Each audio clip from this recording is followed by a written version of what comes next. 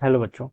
Let's read this question. So this question says, sand is piled up in a horizontal ground in the floor of a regular cone of fixed base radius capital R. The coefficient of static friction between sand layer is nu. The maximum value volume of the sand that can be piled up without being sand slipping on the surface. Sand क्या करे आपका surface पर slip ना करे.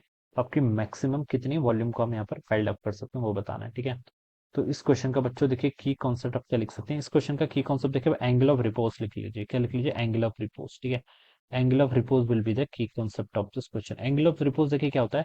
This is a maximum angle. ये आपका maximum angle होगा जिस पे आपका जो सैंड है वो क्या करके ड्रॉप नहीं करेगी. अगर हमने उस पर एक भी सैंड का पार्टिकल एक एक्स्ट्रा और डाल दिया उसके बाद वो क्या करने लग जाएगा आपका ड्रॉप. जो आपका कोन फॉर्म हो रहा है वो कोन क्या कर जाएगा आपका गिर जाएगा. ठीक है.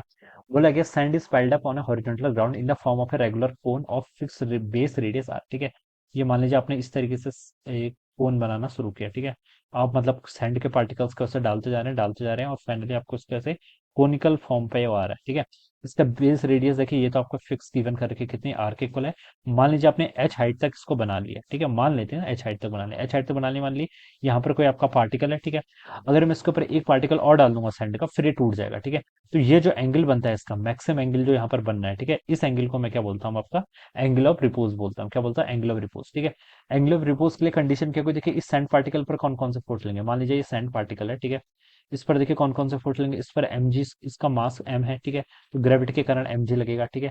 ये एंगल बच्चों कितना है. मान लीजिए ये एंगल मैंने यहाँ पर क्वेश्चन में थीटा बोल रखा है तो बता सकता हूँ कि this angle is equal to theta. ठीक है. तो यहाँ पर एम जी के देखिए बच्चों यहाँ पर दो कंपोनेंट आएंगे. कौन कौन से कंपोनेंट आएंगे. एक कंपोनेंट इस डायरेक्शन में आएगा जिसको मैं बोल सकता हूँ आपका एम जी का साइन थीटा. ठीक है. एम जी का साइन थीटा. और एक कंपोनेंट आपका ये आएगा एम जी का जिसे मैं क्या बोल सकता हूँ आपका एम जी का कॉस थीटा. ऑलराइट. अभी एम जी के साइन थीटा के कारण देखिए इस सैंड पार्टिकल की टेंडेंसी है यहाँ पर से नीचे गिरने की यानी कि कोन को डिस्ट्रॉय करने की. ठीक है. लेकिन इसको रोक रहा है. कौन सा फोर्स रोक रहा है? फ्रिक्शन का फोर्स रोक रहा है. यहाँ पर लिखा है ना कोएफिशिएंट ऑफ स्टैटिक फ्रिक्शन. तो स्टैटिक फ्रिक्शन लग रहा है किस डायरेक्शन में? इस डायरेक्शन में. ठीक है. और स्टैटिक फ्रिक्शन की देखिए मैक्सिमम वैल्यू कितनी हो सकती है. स्टैटिक फ्रिक्शन की जो इक्वेशन होती है वो होती है F S is equal to lesser than और equal to nu S N. यानी कि जो उसकी मैक्सिमम वैल्यू होती है या फिर लिमिटिंग वैल्यू भी जिसे हम बोल देते हैं स्टैटिक फ्रिक्शन की वो किसके इक्वल होती है? आपकी न्यू एस एन के इक्वल होती है. ठीक है. तो जब आपका mu S N M G sine theta के इक्वल होगा हम बता सकते हैं कि जब मैक्सिमम वैल्यू. ठीक है. Maximum value of static friction जहां पर न्यू एस एन आपका एम जी साइन थीटा के इक्वल होगा that angle theta is called angle of repose. ठीक है. तो हम लिख सकते हैं आपका जो न्यू एस एन होगा बच्चों ये किसके इक्वल होगा? आपका एम जी साइन थीटा के इक्वल होना चाहिए. अगर आपने इसके बाद थीटा को थोड़ा सा भी इंक्रीज करा तो उस सिचुएशन में आपका एम जी साइन थीटा क्या कर जाएगा? न्यू एस एन को क्रॉस कर जाएगा और आपका जो ये कोन है कोन क्या हो जाएगा? आपका डिस्ट्रॉय हो जाएगा. राइट. तो ये आपकी सिचुएशन हो जाएगी यहाँ से. ठीक है. तो देखिए एन कितना होगा नॉर्मल यहाँ से हम बता सकते हैं एम जी कॉस थीटा के इक्वल. तो ये वैल्यू पुट कर लीजिए. नॉर्मल हो जाएगा आपका एम जी कॉस थीटा के इक्वल. ऑलराइट. और ये किसके इक्वल है यहाँ से? आपका एम जी साइन थीटा के इक्वल. ठीक है. एम जी से बच्चे यहाँ पर आपका एम जी कैंसिल हो गया और न्यू एस की वैल्यू कितनी हो जाएगी यहाँ पर? Sine theta by cos theta यानी कि टेन थीटा के इक्वल. ऑलराइट. तो ये आपने फाइंड आउट कर लिया. डायरेक्ट फार्मूला भी यूज कर सकते हो. स्टैंडर्ड फार्मूला है बट हमने इसको ड्राइव कर दिया. ऑलराइट. अब हमसे बोल रखा है कि मैक्सिमम वॉल्यूम. ठीक है. मैक्सिमम वॉल्यूम बताना है. तो बच्चों मैक्सिमम वॉल्यूम के करस्पॉन्डिंग टेन थीटा तो आपको फाइंड आउट हो गया कितना आपका न्यू एस के इक्वल है. ठीक है. और टेन थीटा में यहाँ से क्या लिख सकता हूँ देखिए टेन थीटा तो आपका परपेंडिकुलर डिवाइडेड बाय बेस. ठीक है. तो मैं इसको यहाँ पर से एच बाई आर भी लिख सकता हूँ. ठीक है.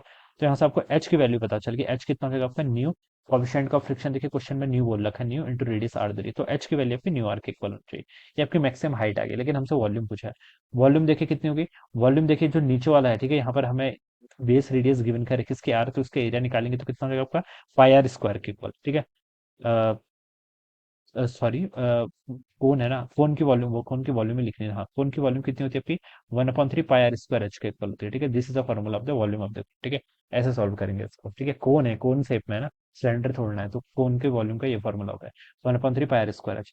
तो देखिए यहाँ पर से आप क्या कर लीजिए pi R square by three और एच की वैल्यू. हाँ. एच को रिप्लेस कर लीजिए. एच देखिए यहाँ से हम क्या लिख सकते हैं न्यू आर के इक्वल हो जाएगा. तो ये आपका न्यू इंटू आर के इक्वल हो जाएगा. तो इसको पुट करो तो new pi R cube divided by three. तो ये आपकी मैक्सिमम वॉल्यूम होनी चाहिए. आपकी होनी चाहिए. ठीक है. Maximum volume. तो new pi R Q by three देखिए डी ऑप्शन पे गिवन कर रखा है.